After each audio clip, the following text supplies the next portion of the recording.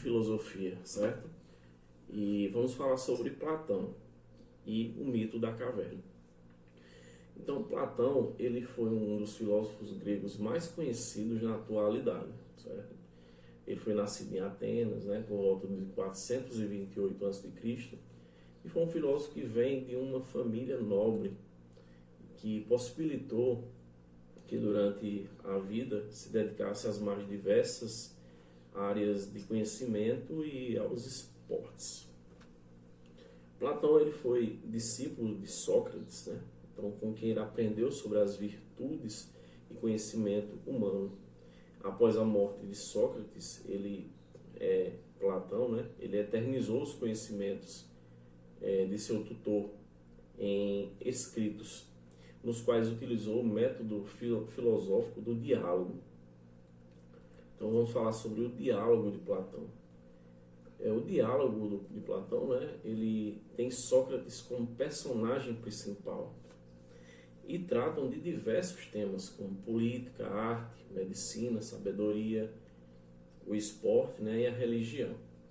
Os diálogos construídos por Platão, eles geralmente entre dois personagens, que apresentam em forma de diálogo as principais ideias dele.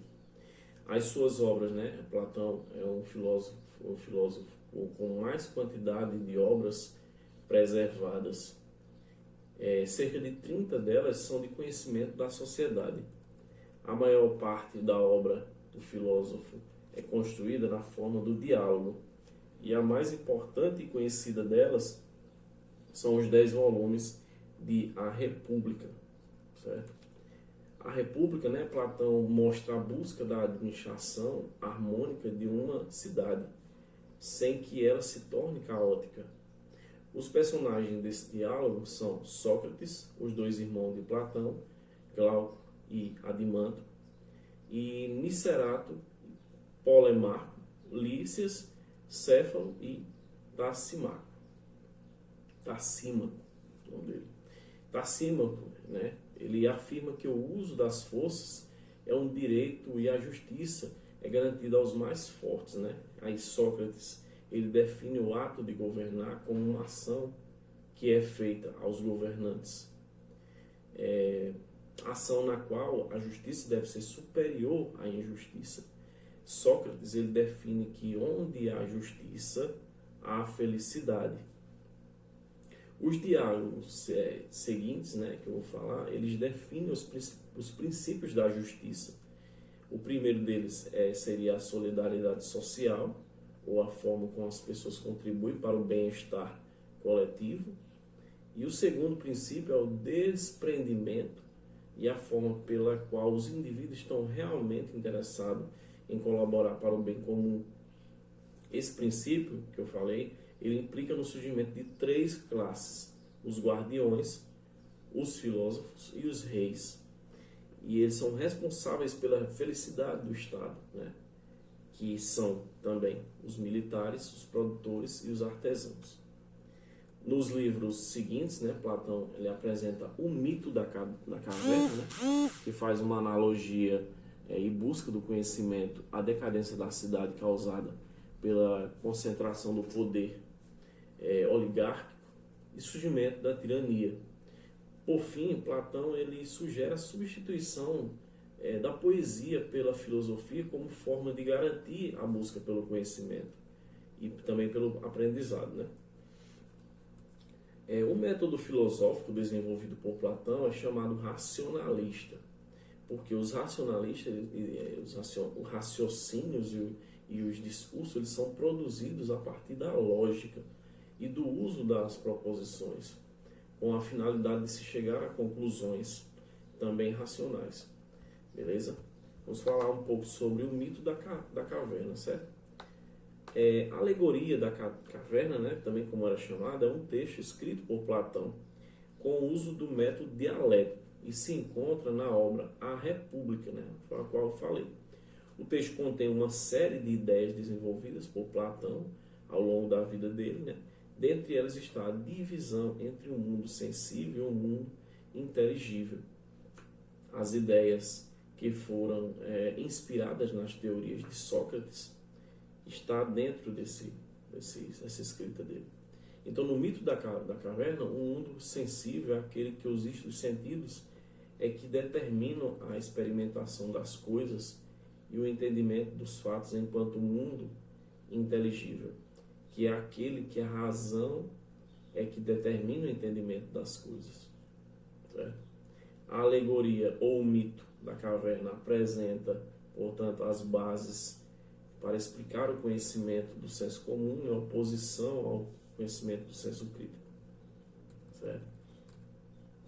Segundo Platão, o mito, Platão, um grande homem, vivia armado em uma caverna. Os homens encontravam-se virados de costas para a entrada da caverna. Eles viam apenas um fundo iluminado indiretamente por uma fogueira. As únicas imagens vistas por esses homens eram as sombras das pessoas, animais e objetos que estavam lá, do lado de fora, que para eles constituíam a realidade. Em um determinado dia, um dos homens consegue se libertar das correntes e escapar. Ao sair da caverna, a luz do sol o cega momentaneamente, a Platão, uma vez que esses homens viviam na escuridão e a única luz que conhecia era da fogueira, então que indiretamente iluminava o fundo da caverna.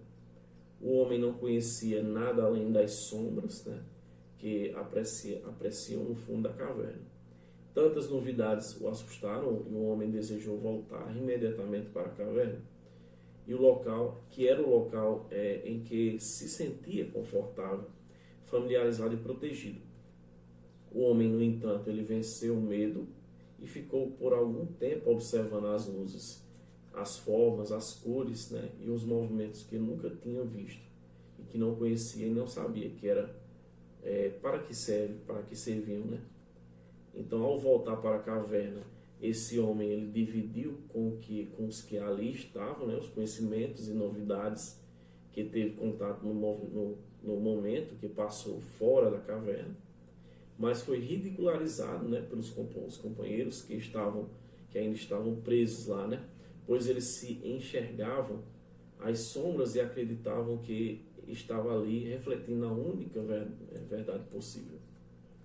As falas do homem que saiu da caverna, elas foram consideradas absurdas, malucas e mentirosas, e para evitar que os outros fossem contaminados pela loucura e insanidade, o homem que escapou foi morto pelos prisioneiros. Certo? A interpretação disso aí. O mito ele faz uma analogia à vida humana e à aquisição do conhecimento. A caverna ela representa o mundo, todos os indivíduos, encontram-se dentro da caverna e acreditam apenas nas imagens que são refletidas pela fogueira.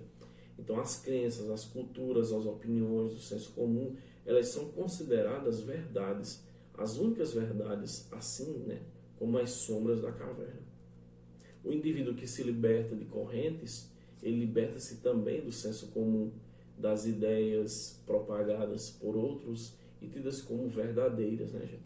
Então, ao entrar em contato com o conhecimento representado pelo sol, os indivíduos eles ficam temporariamente cegos, confusos, e a insegurança com a quebra das noções do senso comum, a apresentação de outras realidades e possibilidades, ela causa incômodo por isso, que a reação mais comum é voltar para a caverna e continuar com uma visão já conhecida e confortável.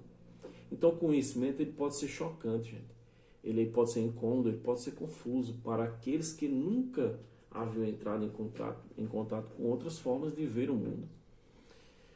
Então, ao voltar para a caverna, o fugitivo ele desagrada os que continuavam presos. Então, para evitar que os outros tenham acesso ao conhecimento e voltem cheios de ideias diferentes e consideradas malucas, o fugitivo ele é morto e o senso comum é restabelecido. No entanto, o conhecimento ele é capaz de despertar a curiosidade de alguns prisioneiros, mas não é possível para Platão ficar indiferente ao conhecimento.